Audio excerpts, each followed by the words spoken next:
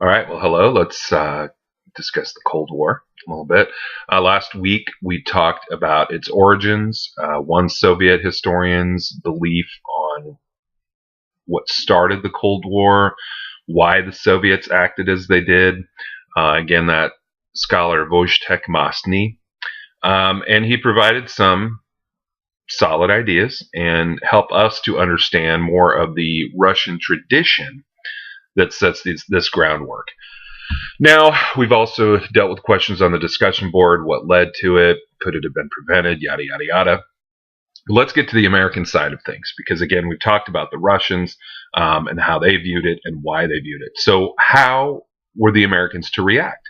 And there were different schools of thought at the time. Secretary of Commerce Henry Wallace would urge a conciliatory approach. He would run for president later. Now, he is not George Wallace, who segregation now, segregation forever, the former Alabama governor. Henry Wallace was quite progressive, and again, he would run for president in 1948. He wrote a letter to Truman with his ideas in 1946 that showed concern regarding the American mindset and continued concern over a coming war. He argued that an armaments race would lead to war, not peace. He showed concern over the production of bombs, the bikini tests, plans to arm South American countries, and increase spending for war and the Navy departments, which by this time had gone up to $13 billion, which is a significant amount. But again, this helps the economy. We've discussed this in class. He also showed concern over the impression to the rest of the world that the United States looked hypocritical at peace conferences if it was building up and preparing for war. Simply, he was concerned over a third world war, which would lead to atomic war. Now, he did correctly note that the U.S. and the Soviet Union lived peacefully together prior, and that this was the most important problem facing that day. Now, what were the dangers of this thinking? White House aide Clark Clifford was more of a hardliner, and this was his take. He thought you needed to make Soviet leaders realize that world cooperation is in their interest as well as our best interest. It was in everybody's best interest. That Soviet militaristic imperialism was jeopardizing world security and prosperity. Mutual understanding and accord were irrelevant under the circumstances, and any weakness shown on the part of the U.S. would only embolden the Soviet Union. Does this sound familiar today? Now, he also argued we must be prepared for Soviet aggression. We need to work with other Western nations because the Soviet Union easily spread to the Balkans, Eastern Europe, the Near East, Manchuria, Korea, because no one was willing to stop them, because we appeased them, essentially. Now, he also argued again that we need to prevent further Soviet aggression. By building military power, the Soviet Union will realize the United States is determined to stop aggression, but if we show weakness, they will capitalize on this, and military power is the only deterrent. Atomic and biological weapons are on the table, but they must be considered only in a worst-case scenario. His quote, the U.S. should entertain no proposal for disarmament or limitation of armament as long as the possibility of Soviet aggression exists. Pretty logical. Now, also argued the Soviet Union used the UN to achieve its own ends, and if they were to threaten to leave, we should just let them. What a shock. Still, he urged communication with the intellectual and cultural contacts to assure them that the U.S. has no aggressive intentions, that such a long-term plan, rather than simple high-level discussions with Soviet leadership, will make a big difference. Friendly and cooperative actions will pay dividends, but actions contrary to the American worldview of peace will lead to disadvantage for the Soviets.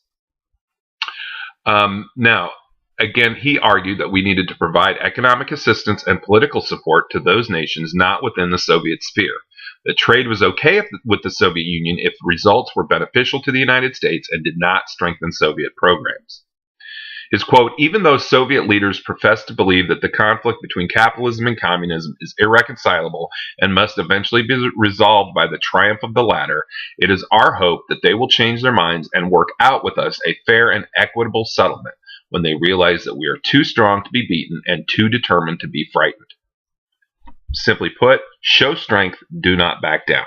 This is kind of a middle ground, somewhat, and we'll get to a more hardline approach even a little bit. But he reaffirmed in other communications with the president through 1950 by his advisors and with the National Security Council, who wanted to build strength of the U.S. and Western nations so as to deter the Soviet Union and prepare for defense. Now, why? We talked about this. The United States was isolationist, especially before World War I, returned to isolationism after World War I. There was a begrudging acceptance of entry into World War II. So why do we have this change why do we gravitate toward internationalism now from isolationism? Why after World War II is this particularly noticeable? What changed our mind? One can look no further than the Holocaust. We appeased Hitler. Well, we didn't appease Hitler, but we were part of the side that did appease Hitler. And when we appeased Hitler, we allowed him to run rampant and do what he wanted to do. One of the things was that he killed Jews, invalids, homosexuals, gypsies, anybody he believed was inferior. No longer would we allow that. And that is something to note as far as what we see in our international relations today, in our foreign policy, because we do not, a lot of people want us to just stay out of everybody's business, but what happens if we do? This is something that could happen. That's why we have this. Now, some of the things that emanate from the Cold War, we have the Marshall Plan, which is also known as the Economic Cooperation Act of 1948. Now remember, Europe and Asia were destroyed by the war. There is very little production occurring in these areas because of the decimated factories, etc., and droughts, which had led to an agricultural depression. Under Secretary of State Dean Acheson called for American aid to these nations. Without this, he argued, other nations will not recover, and international prosperity will be limited. This is for their good, but Acheson also stressed it was in the self-interest of the United States as well, just as Truman had called for aid to Greece and Turkey in his Truman Doctrine. Now, if no Cold War, would we push this? The Soviets responded then to the Marshall Plan with the Zhadanov Doctrine, which was unveiled in October of 1947. The Zhadanov Doctrine claimed that the United States was seeking global domination through American imperialism, as well as the collapse of democracy. On the other hand, according to this doctrine, the Soviet Union was intent on eliminating imperialism and the remaining traces of fascism while strengthening democracy. So the Soviet Union is accusing us of being imperialists. Who's the true imperialist? One could argue that back and forth. Now, one of the key things that comes from this time, which helps to determine our foreign policy, is the long telegram. And this is written by George Kennan. Now, Kennan was a diplomat and a historian, one who had worked as the charge d'affaires in Moscow after World War II. He knew the Soviets. He lived with them. He worked among them, and he knew them better than anyone else in the United States at the time. Now, some of the major ideas that he communicates. He talks about how Russian history is one of isolation. It is one of insecurity. It is one of secrecy, and it is one driven now by Marxist dogma. Now, this is somewhat similar when we read or when we talk about Wojciech Masny and the Soviet view of the Cold War. This is quite similar because, again, isolation, insecurity, these things drive Soviet policy. Now, Soviet success requires the destruction of the United States, as they can allow no threats from abroad, whether they're war-related or with regard to new, challenging ideas. Kennan argued the United States must be honest, strong, and push our initiatives. The important issue, something that he brought up, and this is key throughout the Cold War, is he warned against us becoming like them. He said if we fall to their level and we do the things that they do, then we will lose. And that will come up. We will emulate the Soviets in some ways, and these would be our weaknesses that would hurt us. Now, a longer list. These are kind of the key points of Kennan. He said that Soviet power is neither schematic nor adventuristic. It is not a fixed plan, and they will not take unnecessary risks. It can easily withdraw and usually does when strong resistance is encountered at any point. If situations are handled properly, there is no need for prestige-engaging showdowns, which we might or might not see in Cuba in about a decade. The Soviets are a weaker force. As long as we remain firm and cohesive with our allies, we can prevent their success. There is no assurance of the Soviet Union as a long-term threat. Now, of course, this would depend on how you define long term, whether he was correct about this. He also added Soviet propaganda outside of their sphere is generally negative and destructive. Thus, it is easy to combat with positives or the opposite side. What did we have to do? We must do these things, Kennan said. We must first understand that must understand their movement with objectivity. We must learn as much as we can and recognize it for what it is. We must educate ourselves. After we educate ourselves, we need to educate the public to the realities of the Russian situation, both our side and theirs. Kennan was very balanced in his analysis. His quote, "I am convinced that there would be far less hysterical anti-Sovietism in our country today if the realities of the situation were better understood by our people." Wow, exclamation point at the end of that one. And we have a small stake in the Soviet Union itself. No investments, no trade to lose. So these things were of minimal importance. But again, the important thing was to understand them and to communicate this understanding so that we did not rely on myth and superstition. A third thing, we must be a healthy and vigorous society ourselves. Quote, "World communism is like a malignant parasite which feeds only on diseased tissue. If we solve our own problems and take care of ourselves, they cannot threaten us."